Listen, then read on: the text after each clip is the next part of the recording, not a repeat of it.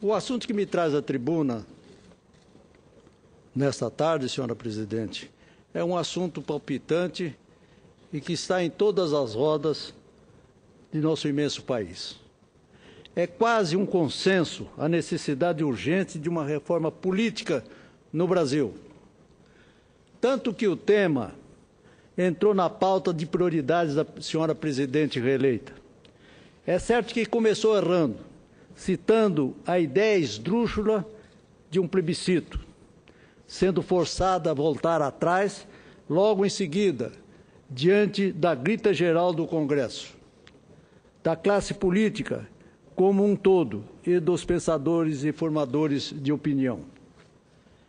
Quem tem autoridade para executar a reforma política é o Congresso Nacional.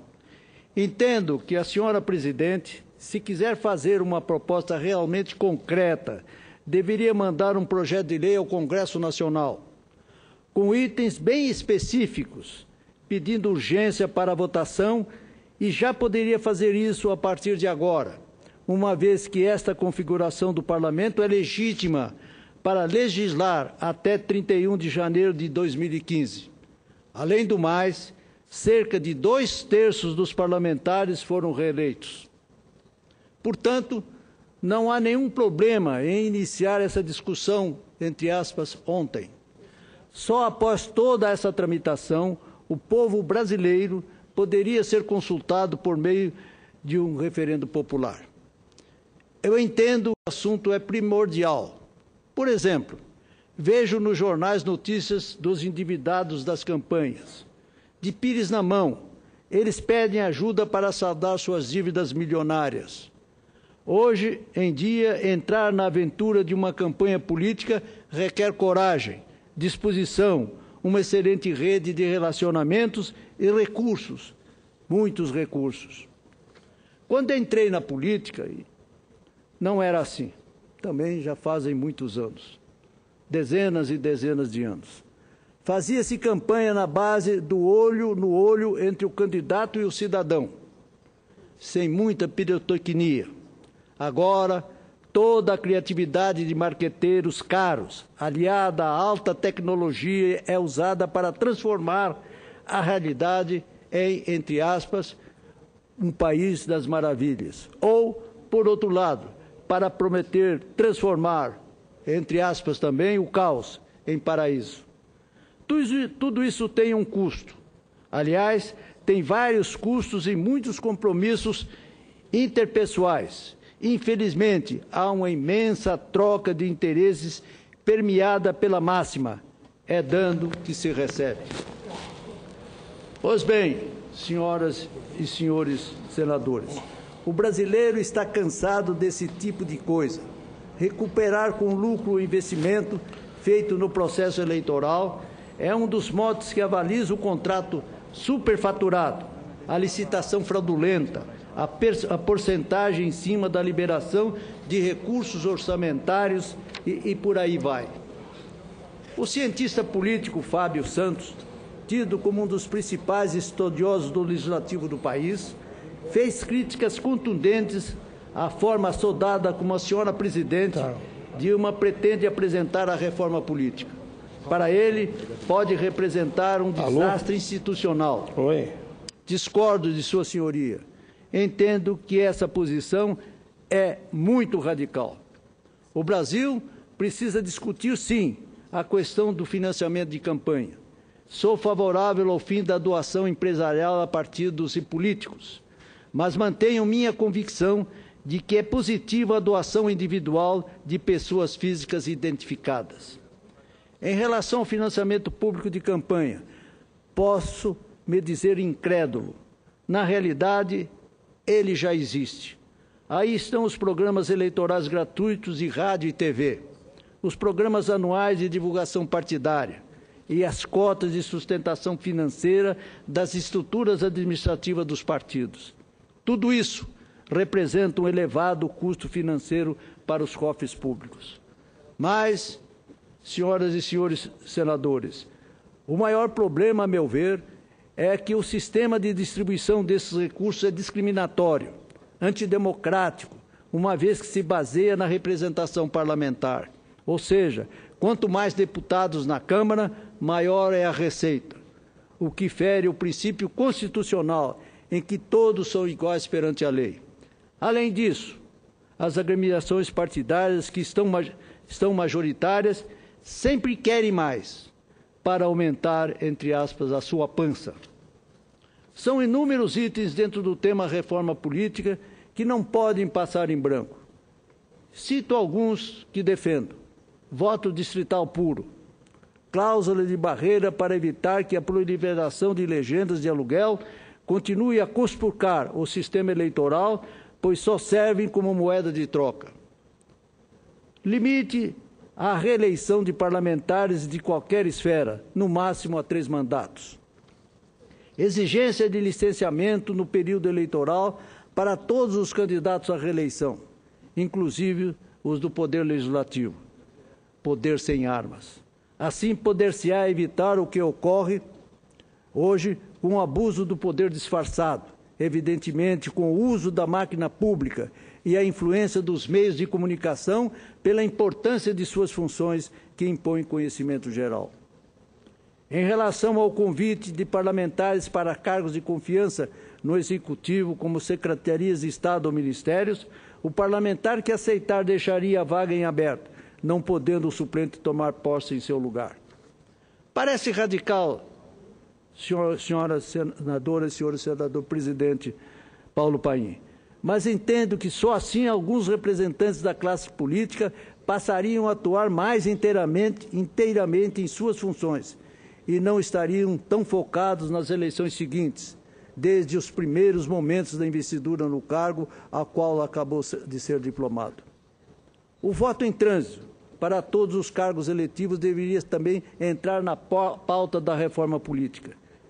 Inclusive, apresentei projeto de lei a esse respeito, o PLS 130/2013, já aprovado no Senado, permite que o cidadão brasileiro, fora do domicílio eleitoral, possa votar em todos os cargos eletivos, desde prefeitos, vereadores, deputados estaduais e federais, senadores e governadores. Hoje, a permissão é apenas para presidente da República. Entendo que a Justiça Eleitoral terá plena capacidade para regulamentar a forma de executar a votação. Até porque a cada eleição vemos uma novidade. A deste ano foi o ponto biométrico. Por que não acreditar que a tecnologia vai continuar avançando a cada ano para permitir o pleno direito do exercício de cidadania no dia do pleito e viabilizar a ampliação do voto em trânsito? É a indagação que deixo à consideração de Vossas Excelências. Outro ponto fundamental é o voto distrital. Ainda como deputado federal constituinte, e mesmo antes, lá pelos idos de 1980, apresentei um projeto de lei que instituiu o voto distrital no Brasil. O relator da proposta na Comissão de Constituição e Justiça, à época, ou seja, 1980, um parlamentar conhecido do Ceará, chamou-me à parte e disse o seguinte, abre aspas, Figueiró, seu projeto é interessante, mas não vai passar jamais. Você acha que eu vou votar em um projeto que me prejudicaria? Foi a indagação dele. Disse com a maior sinceridade. Ele, parlamentar de 6 mandatos naquela ocasião, havia sido eleito inicialmente pela região do Crato. Depois passou e se manteve no Congresso graças aos votos de todo o Ceará. E o voto distrital impediria a carreira dele. Na maior desenvoltura, ele assumia com toda a sinceridade o interesse em legislar em causa própria. Hoje, passados tantos anos, continuo sendo pelo voto distrital. Ele evita a presença do poder econômico, reduz a área da disputa, tornando-a mais partidária. Além disso, o representante do povo eleito é o que de fato está mais próximo dele. Sou contrário ao argumento de que a eleição distrital se perde, entre aspas, a visão global. Ao contrário, o eleitor leva a voz local para problemas de ordem geral, conjugando com essas e tornando-as nacionais. Além disso, pode acompanhar de perto a atuação de seu parlamentar e filtrar melhor suas ideias.